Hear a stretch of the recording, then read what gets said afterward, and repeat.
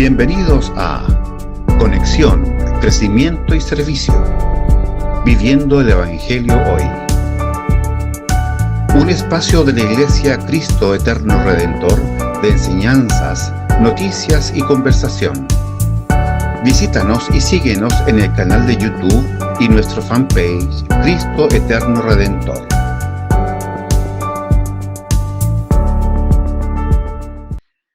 Hola, hola queridos amigos y hermanos que hoy día están en sintonía. Que el Señor les bendiga. Bienvenidos a un nuevo programa Conexión, Crecimiento y Servicio, Viviendo el Evangelio Hoy. Hoy vamos a tener la oportunidad de poder seguir revisando nuestra serie de la Confesión Bautista de Fe de 1689. En específico el capítulo que hemos estado revisando hace ya algún par de semanas que habla acerca del decreto de Dios. En particular, el día de hoy vamos a seguir viendo el párrafo 5, que nos habla acerca de cómo el decreto de Dios se relaciona con la elección, un tema que de ya es controversial en varios puntos de la Iglesia, pero que nuestros hermanos en la confesión abordaron desde una perspectiva reformada y que hoy día también es importante revisar y mantener, ¿cierto?, para guardarnos en la sana enseñanza que ha tenido la Iglesia durante tantos años y a lo que nosotros estamos adhiriendo hoy. Así que antes de que comencemos a revisar, le invito a que pueda inclinar su rostro y podamos orar al Señor.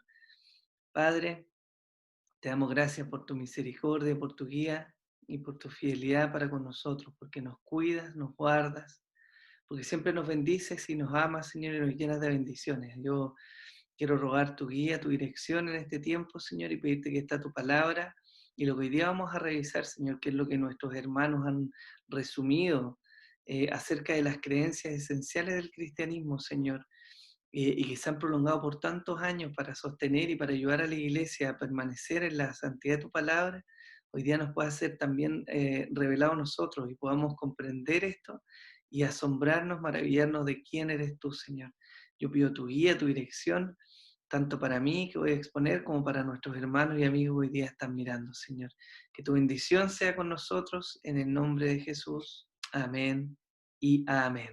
Bien, queridos hermanos, vamos a revisar entonces el capítulo de hoy día. Como les decía, seguimos viendo el capítulo 3 de la Confesión de Fe y hoy en el párrafo 5. El párrafo 5 dice así: a los humanos que están predestinados para vida, Dios, antes de la fundación del mundo, según su propósito eterno e inmutable y el consejo secreto y beneplácito de su voluntad, los ha escogido en Cristo para gloria eterna, meramente por su libre gracia y amor, sin que ninguna otra cosa en la criatura, como condición o causa, le moviera a ello. Y bueno, hay una gran pregunta que se enfoca en este párrafo, que tiene de alguna manera que ver con esto. ¿Hay algún mérito del hombre en la salvación, en la elección? Si pudiéramos resumir este párrafo, tenemos los siguientes elementos que resaltan. A aquellos a quienes han sido predestinados para vida antes de la fundación del mundo, que es lo que nuestros hermanos están reconociendo, ¿no? Según el propósito eterno e inmutable de Dios, según el consejo secreto y el beneplácito de su voluntad. Han sido escogidos en Cristo para gloria eterna, meramente por su gracia libre. Mire qué tremendo esto y lo vamos a ver un poco más adelante. Por amor y sin ninguna influencia o causa de la criatura que le moviera a aquello. Nuestros hermanos están viendo de alguna manera esta pregunta. ¿Nos eligió Dios simplemente a los que previó que se arrepentirían, creerían, serían receptivos o santos o que perseverarían? Es decir, Dios tuvo en mente cuando el hecho de que efectivamente íbamos a vivir una vida en su camino, de que íbamos a de alguna manera aspirar a la santidad. ¿Tiene el hombre algún mérito en cuanto a la elección de Dios? Eso es lo que nuestros hermanos están respondiendo en este párrafo. Y claramente se relaciona con el decreto de Dios por lo que vamos a ver. Hay un aspecto, una palabra que es importante, que es la elección incondicional. Seguramente usted lo ha escuchado. Y para hablar de este tema, primero es necesario mirar un versículo que ha sido por mucho tiempo mal interpretado.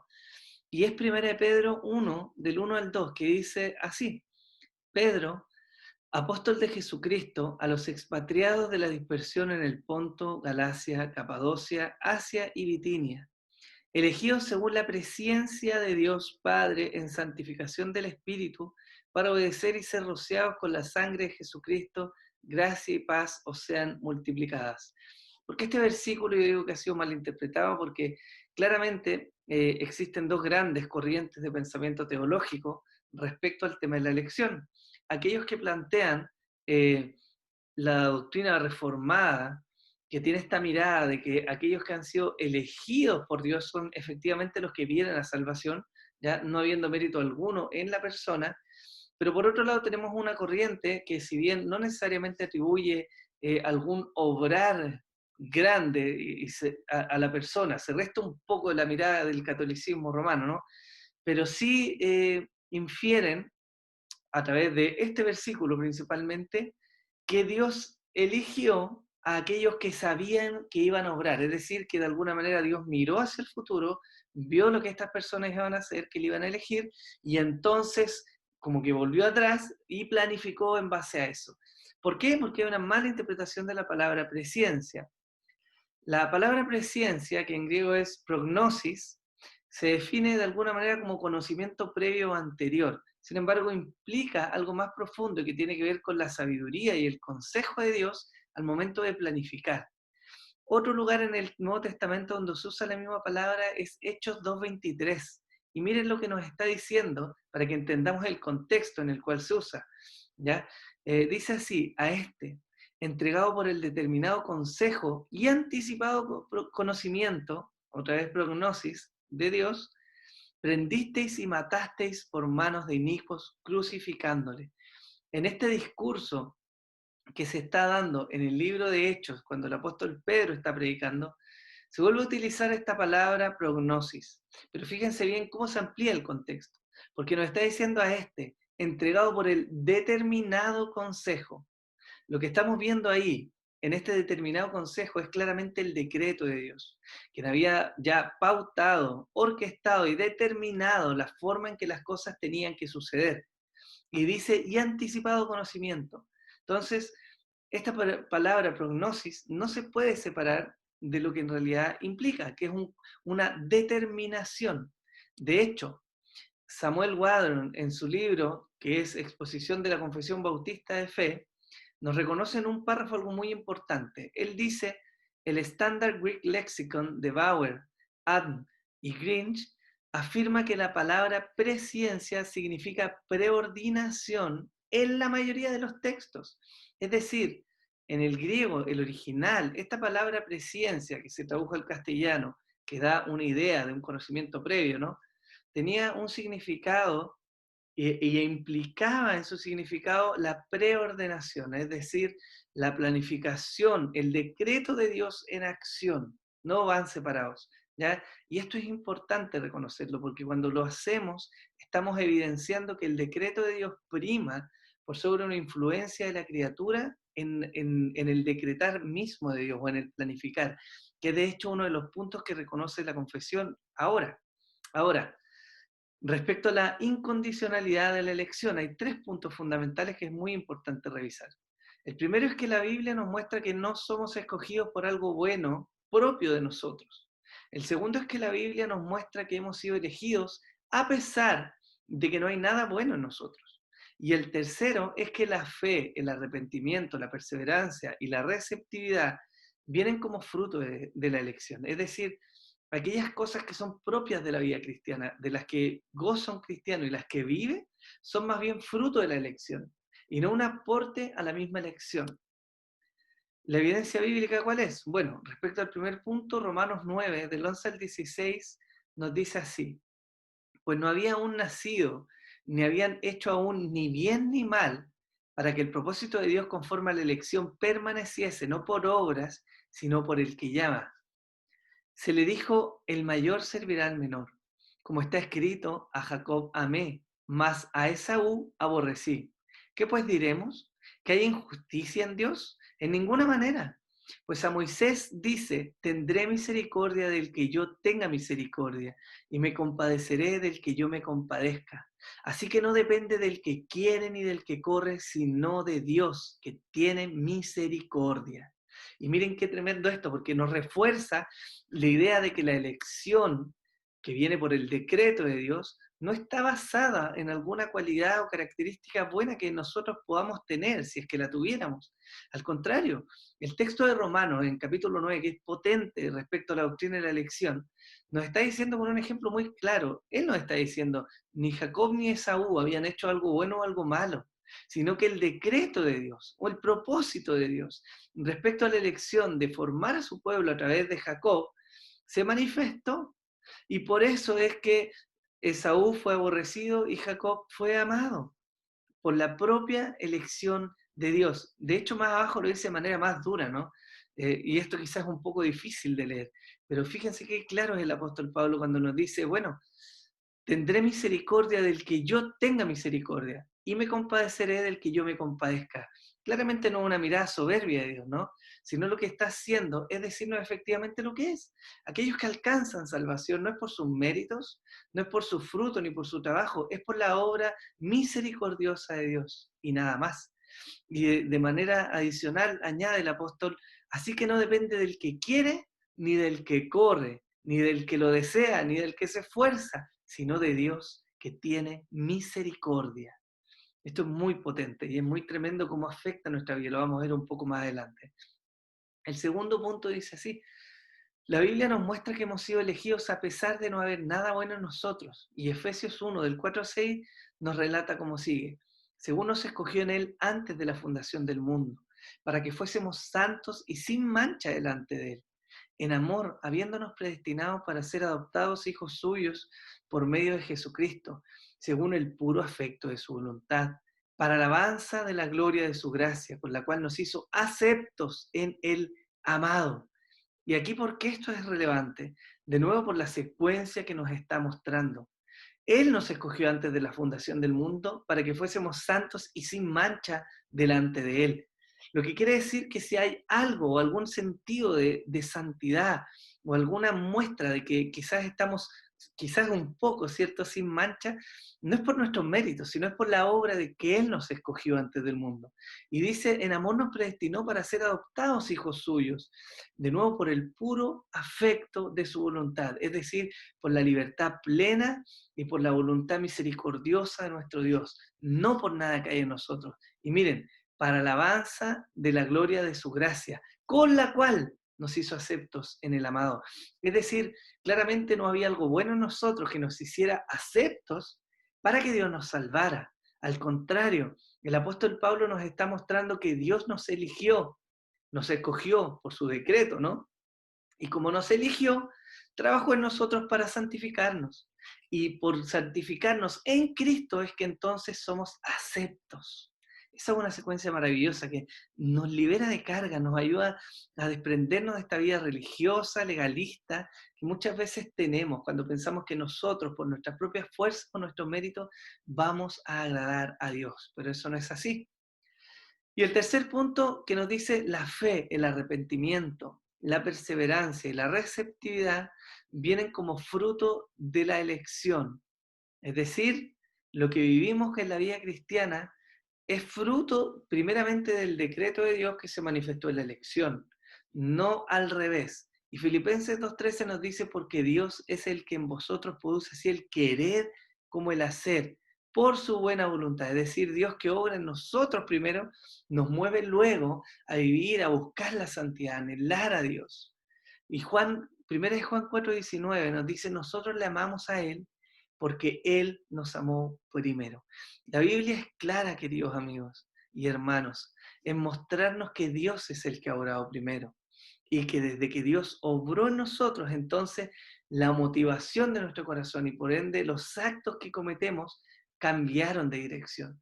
Pero aquí se reconoce primero la soberanía, la gloria de Dios y su decreto, no el obrar del hombre. Eso es lo que está reconociendo la confesión en este párrafo 5 y es lo que nuestros hermanos reformados han creído por tanto tiempo en la iglesia, es lo que creemos nosotros.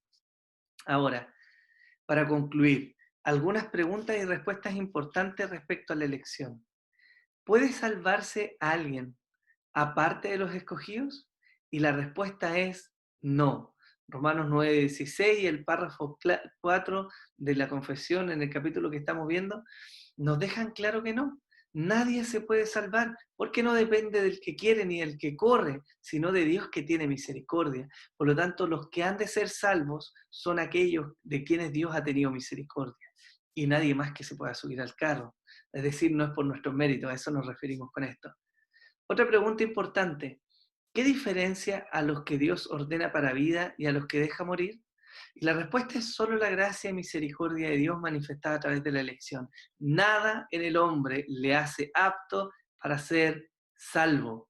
Y esto es tremendo, porque cuando nosotros entendemos esto, podemos vivir entonces como un pueblo agradecido, como un pueblo que vive en gratitud, como un pueblo que es humilde, y no como alguien que se jacta de vivir en una condición que no ha ganado para sí, ¿cierto?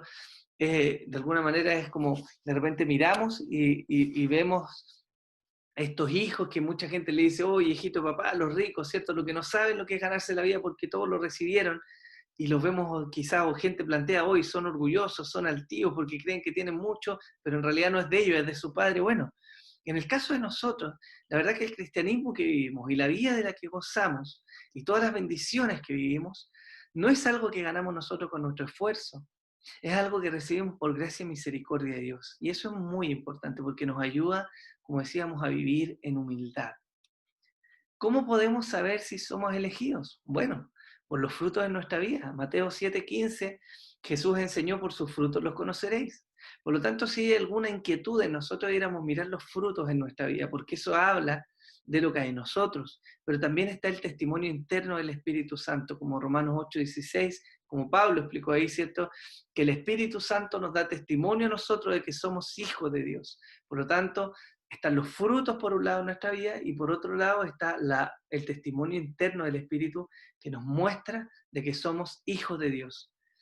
Otra pregunta importante: ¿ha de ser obedecido el consejo secreto y beneplácito de su voluntad?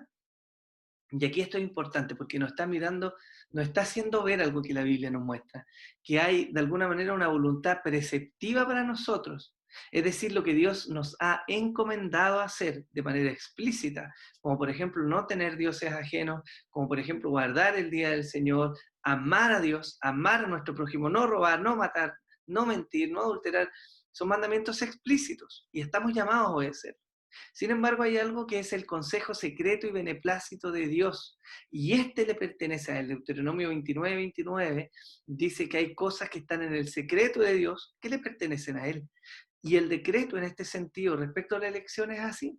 Nosotros no sabemos quiénes son elegidos, ni vemos a las personas con un cartel, ni al convertirnos, perdón, tenemos algún don que nos permita ver quiénes son o no salvos.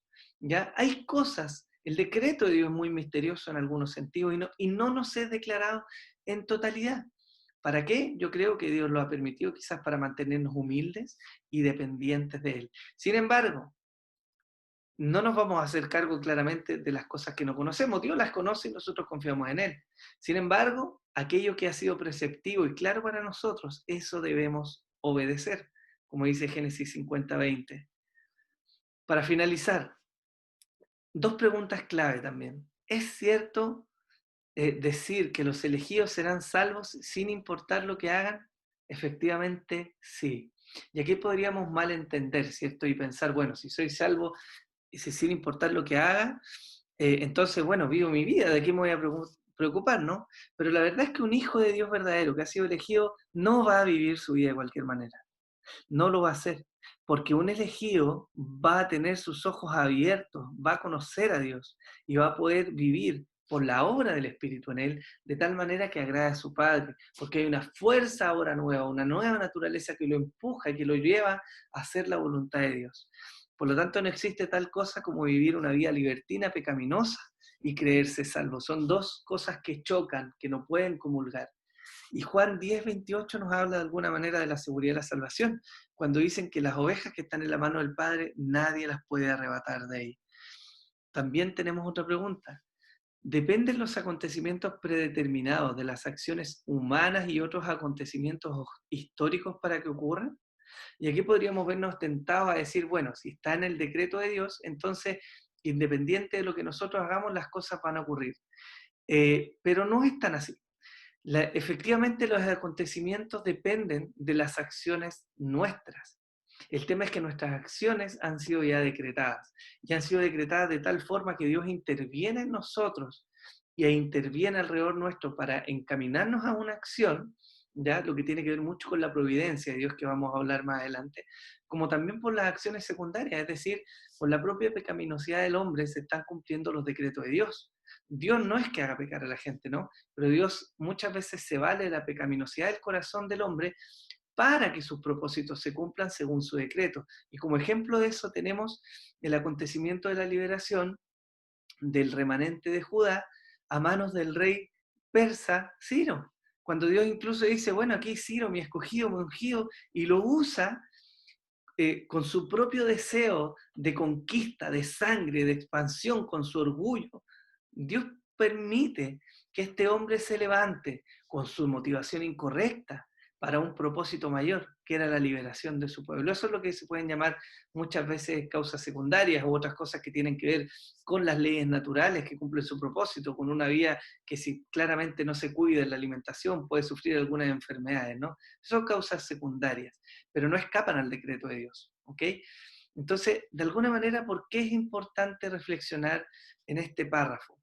Porque nos está mostrando que la elección depende del decreto de Dios y que esta elección es incondicional, es decir, no está moldeada, ni está dirigida, ni está influida por las acciones de los hombres en ninguna manera, sino que dependen de la gracia y misericordia de Dios.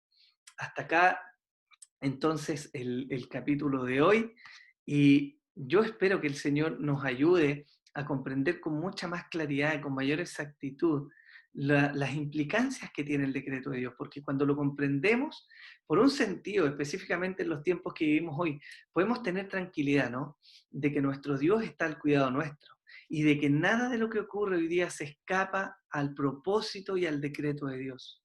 Pero también nos lleva a plantearnos si estamos aceptando lo que vivimos y si estamos buscando vivir como Dios quiere que vivamos.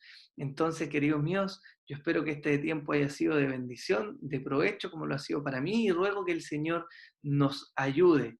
Espero que nos veamos prontamente en otro programa Conexión, Crecimiento y Servicio, Viviendo el Evangelio Hoy, y le hago claramente la invitación, no solo para esta temática que estamos viendo, que es de la confesión de fe, sino para todos los días de la semana que estamos viendo acerca del liderazgo los días lunes, de matrimonio los días martes, miércoles estamos viendo esta confesión, jueves estamos viendo el libro de los Hechos y el viernes estamos hablando de la historia de la iglesia en nuestro programa Conexión, Crecimiento y Servicio. Así que le dejo invitado y le invito a que oremos para despedir este tiempo también. Padre, bendito sea tu nombre, Señor. Gracias por tu palabra y por el maravilloso tiempo que tú nos regalas, Señor. Ruego que sea de provecho y que esta palabra que hoy día hemos podido compartir de manera breve, de manera concisa, también alimente nuestro corazón, alimente nuestra hambre por ti, Señor, y por conocerte y maravillarnos de cuán grande eres tú. Dios, te alabamos, te bendecimos y te damos gracias por todo este tiempo, en tu santo nombre, Señor. Amén y amén. Que Dios le bendiga y espero nos acompañe en otra oportunidad. Chao, chao.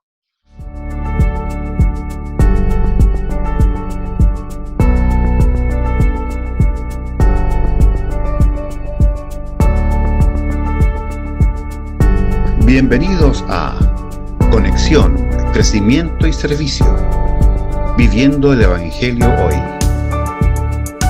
Un espacio de la Iglesia Cristo Eterno Redentor de enseñanzas, noticias y conversación.